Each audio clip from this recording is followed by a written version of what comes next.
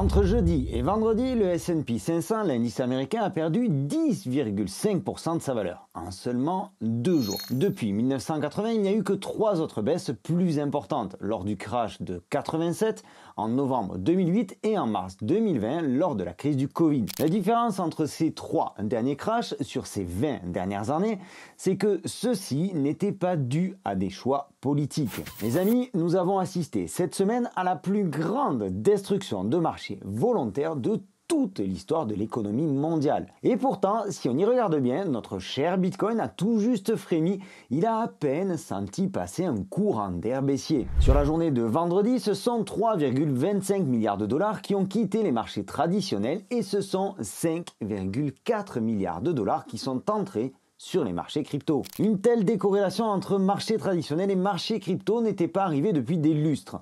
J'ai presque envie de dire depuis la création du Bitcoin en 2008, pendant la fameuse crise des subprimes. Alors forcément, une telle situation pose énormément de questions. Et l'une des explications possibles pourrait se trouver dans les achats de Michael Saylor et de toutes les entreprises qui continuent d'acheter du Bitcoin.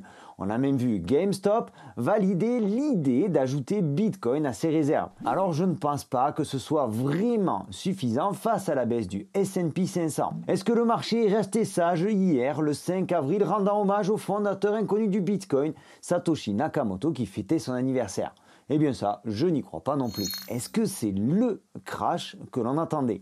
Celui qui permet au marché de faire un reset avant de repartir? Pour ce point-là, j'aurais tendance à penser que oui. Et si de ton côté, tu trouves que le marché crypto a tout de même souffert, je suis obligé de te donner raison. En effet, depuis l'investiture de Trump et encore pour cette semaine qu'on vient de passer, nos wallets, le mien, le tien, ont continué de plonger.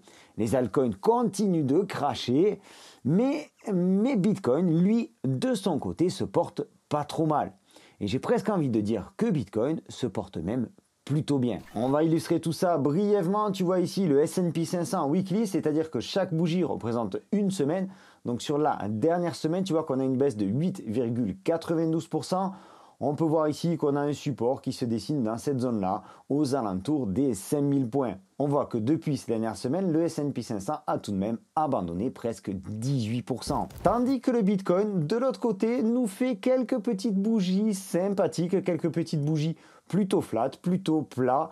Ici, on est sur une zone de support qui correspond aux anciens plus hauts du mois de mars 2024. Zone de support qu'on n'est pas encore allé tester. Il se pourrait qu'on y aille dans les prochains jours ou dans les prochaines semaines. Je vais y revenir.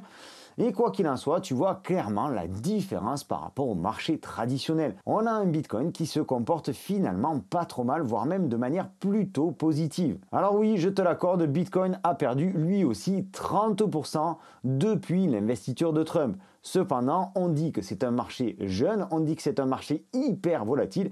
Et finalement, quand on y regarde à 2 fois, c'est pas si volatile que ça, c'est pas si différent des marchés traditionnels. Et pourtant, eh bien il se pourrait, je dis bien, il se pourrait que l'on assiste enfin à ce que l'on attend tous depuis des lustres et qui est un événement majeur pour le Bitcoin et par conséquence pour l'ensemble du marché crypto. Je veux te parler de la considération du Bitcoin comme étant une véritable réserve de valeur. C'est une chose dont on entend parler depuis maintenant pas mal de temps. Le président du Salvador accumule du Bitcoin depuis des mois et des mois. On l'a dit en introduction, en stratégie, Michael Saylor continue d'accumuler du Bitcoin. On a quantité d'entreprises et d'institutionnels à travers la planète qui accumulent du Bitcoin.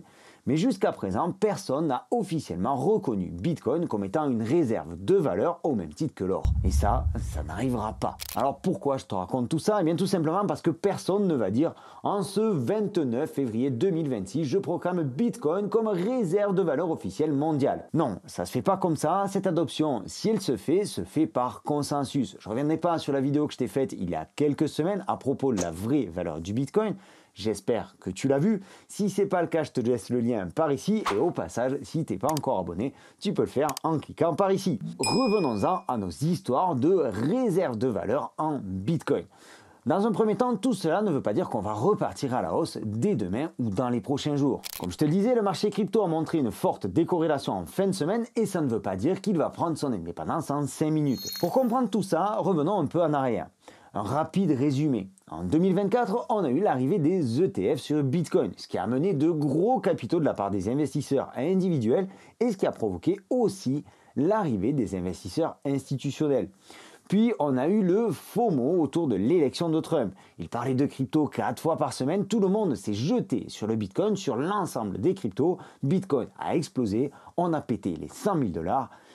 Et puis, le jour de l'investiture, le papa des cryptos a montré des signes de faiblesse. On a eu le fameux Sell the News, désormais Trump est en place et on a vendu la nouvelle. Et tandis que le marché crypto était en baisse, on a eu quantité de news positives. Trump qui officialise la création d'une réserve stratégique en crypto. La SEC qui abandonne les poursuites envers OpenSea, qui classe les mêmes coins comme des securities. Kraken qui annonce son entrée en bourse en 2026. Encore la SEC qui abandonne le plus long procès crypto de son histoire contre Ripple. Toutes ces news-là, on les a enchaînées depuis maintenant plusieurs semaines. Et on a une data qui est quelque peu passée inaperçue. On a eu 84 fusions-acquisitions dans l'univers des boîtes crypto sur le seul premier trimestre 2025, soit une augmentation de plus de 16% par rapport au dernier trimestre 2024. Et tout ceci tandis que le marché est soi-disant très morose. Alors on peut se dire qu'on distingue aujourd'hui quasiment deux marchés crypto. Celui du Bitcoin qui devient un actif refuge au même titre que l'or et d'un autre côté le marché des altcoins. Et c'est pour ça qu'on souffre autant en ce moment, c'est pour ça qu'on souffre autant ces dernières semaines. Les boîtes crypto comme Solana, Chainlink, Ethereum, etc. sont toutes des startups. Elles ont besoin d'argent pour fonctionner, elles ont besoin d'un modèle économique. Certaines ont mis en place des systèmes de rachat de tokens, d'autres ont des programmes différents pour fidéliser les investisseurs comme les récompenses de staking ou le partage de revenus. On arrive aujourd'hui à une évolution très intéressante sur les altcoins. Les boîtes crypto qui génèrent des bénéfices sont de plus en plus considérées par le marché comme des entreprises et leurs tokens, leurs cryptos, sont alors vus comme étant une forme d'action de l'entreprise. Schématiquement, et je dis bien schématiquement parlant, parce qu'il faudrait une régulation claire sur tout ça, oui, on pourrait considérer un token comme étant une action. Token action que l'entreprise pourrait par exemple racheter, ce que certaines boîtes font déjà. Les revenus de staking pourraient être considérés comme des dividendes, exactement comme la finance traditionnelle. On s'arrête là pour les comparaisons. Ce qui compte de comprendre, c'est qu'il est parfaitement logique de voir les altcoins plonger si l'on considère que le marché prend en considération des startups qui supportent donc tous ces altcoins. Si le S&P 500 plonge, si les actions traditionnelles plongent, il est alors parfaitement cohérent de voir la valeur des boîtes crypto plonger elles aussi. Et pourtant, pas Bitcoin. Bitcoin prend de son côté un tout autre chemin, ou du moins semble prendre un tout autre chemin pour le moment. Et il y a plusieurs explications. Bitcoin n'en a que faire des droits de douane et la macroéconomique globale, fondamentalement parlant. Parce que oui, il fonctionne encore avec des leviers comme l'impression monétaire, je te l'accorde, pour que le prix du Bitcoin augmente, il faut qu'il y ait de l'argent sur les marchés, il faut qu'il y ait des investisseurs. C'est un fait, c'est une réalité, tu as parfaitement raison. La politique de Trump, politique très agressive envers ses partenaires commerciaux, devrait avoir plutôt, parce que c'est l'un des objectifs de Trump, donc cette politique devrait avoir un impact négatif sur le dollar. Il veut aussi réduire la valeur du dollar à l'échelle planétaire, ça on en a déjà parlé. Donc avec cette politique, via les droits de douane et une probable entrée en récession des États-Unis, un chômage en hausse, etc., si cette politique tente à accélérer la dédollarisation mondiale, alors Bitcoin pourrait devenir une réserve stratégique de valeur encore plus solide. Remettons quelque peu les choses dans le contexte, remettons les choses dans l'ordre. Trump a validé la réserve stratégique crypto avant de mettre le bordel avec les droits de douane. C'est peut-être pas pour rien. Alors ça va pas se faire en un jour. Et probablement que les prochaines semaines seront encore très agitées. Trump a laissé aux autres pays la possibilité de négocier les droits de douane encore jusqu'au 9 avril. La Chine a déjà riposté et l'ouverture des marchés traditionnels dès demain pourrait bien être très rock'n'roll. On a vu ces derniers jours le retour des baleines en mode accumulation sur le Bitcoin, ce qui pour moi est plutôt significatif, ce qui est même plutôt très positif. Pour conclure et résumer cette situation, et bien qu'il soit encore trop tôt pour tirer certaines conclusions, il semblerait qu'on en ait touché le fond et que le marché soit désormais nettoyé. Les évolutions réglementaires comme l'assouplissement de la position de la SEC pourrait créer des opportunités pour les startups crypto et notamment celles basées aux États-Unis. Parce que notre volet de la politique économique de Trump est de favoriser l'Amérique. Make America Great Again. Rendre l'Amérique à nouveau grande. Il veut relocaliser la production de valeur sur le sol américain et c'est valable pour toutes les entreprises, quel que soit le domaine, automobile, textile, électronique. Et les boîtes crypto sont aussi concernées.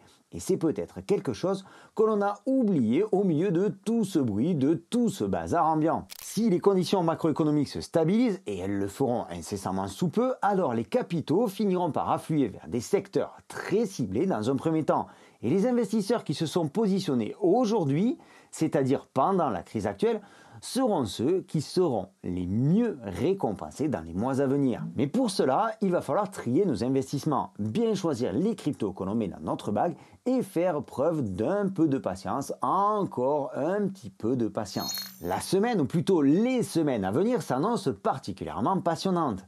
À commencer par demain, Jim Cramer, le chroniqueur boursier célèbre pour ses prédictions particulièrement à l'opposé de ce qu'il se produit réellement, nous annonce un lundi digne du crash boursier de 1987. Alors nous verrons dès demain si l'indicateur Jim Cramer a une nouvelle fois raison et que le marché nous explose à la hausse. Quoi qu'il en soit, tu l'auras compris, aujourd'hui pour moi, il y a deux marchés distincts au niveau des cryptos. On a Bitcoin qui devient considéré, et c'est une évidence, c'est de plus en plus une évidence, Bitcoin qui devient de plus en plus considéré comme une réserve de valeur. Et de notre côté, le marché des altcoins, où certes c'est encore la jungle, mais qui aujourd'hui bénéficie d'une nouvelle vision de la part des institutionnels. Et ça on le voit parce que le marché des altcoins suit de plus en plus les marchés traditionnels.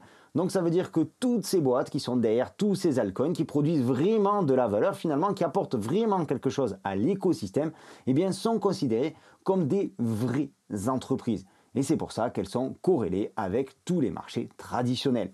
J'espère que cette vidéo t'aura apporté des éléments. Je t'invite à faire très attention pour les prochaines semaines sur les marchés crypto, sur les marchés traditionnels. Rien ne nous dit que Bitcoin va exploser à la hausse dès demain, ni même dans les prochains jours ou dans les prochaines semaines.